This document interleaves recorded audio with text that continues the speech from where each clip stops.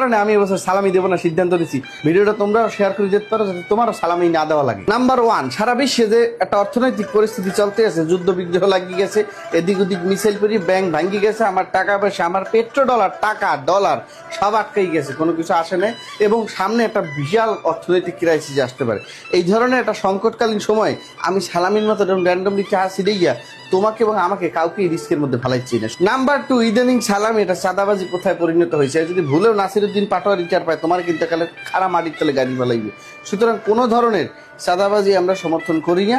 সালামি সেটা দেওয়া যাইবে, কিন্তু কোথায় চেঞ্জ জানতে হবে। নাম্বার 3, তোমরা গুড়েগাররা টাকা পয়সা হাতে রাখতে পারো না। তোমরা একসেট টাকা পয়সা এদিক ওদিক মেলামাটি পাক্কা মাঝে খরচ করি ফেলো, তাহা আজগো দিলে কালগো সাত করি এটা রেস্টুরেন্টে হান্দি যাবা, জামা কাপড় কেনবা, সাজবা গোজবা, টাকা তোমাদের সেভ করার কোনো নিয়তি নেই। টাকা একটু ব্যাংকে রাখবা, জমাবা না, এই ধরনের কোনো নিয়ত, কোনো ধরনের চিন্তা তোমাদের মধ্যে নেই। সংরক্ষণ চেতনা যতদিন পর্যন্ত তোমাদের মধ্যে না আসবে, ছোটরা তোমাদেরকে টাকা দেওয়া যাইবে না। সালামি দেওয়ার কারণে বিভিন্ন ধরনের শারীরিক সমস্যা দেখা যাইতেছে। যেমন ধরেন যে সালামি দেওয়ার কারণে আমাকে সালামি দিতে হইলে টাকা আয় করতে হইবে, টাকা আয় করতে হইলে আমাকে কাম করতে হইবে, অতিরিক্ত কাজ করতে হইলে আমাকে অতিরিক্ত স্ট্রেস নিতে হইবে। স্ট্রেসের কারণে বুকে ব্যথা, মাথা ব্যথা, heart attack, stroke, any time anything can happen. সুতরাং এই শারীরিক রিস্ক আমি নিতে পারবো না। নাম্বার 5 হইতে আছে money is not a solution and solution is not a problem. A solution is not a problem but A problem is a problem. So money is a problem, এবং এই কারণে আমি টাকা দেবো না। আমার খুশি ভাই, আমি দিব না।